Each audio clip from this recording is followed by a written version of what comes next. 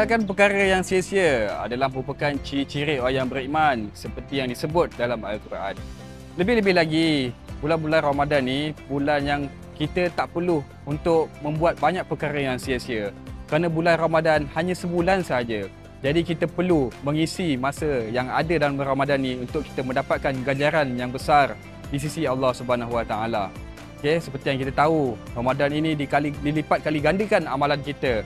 Oleh itu, walaupun amalan kita yang sedikit pun Allah memberikan ganjaran yang sangat besar dalam bulan Ramadan ini.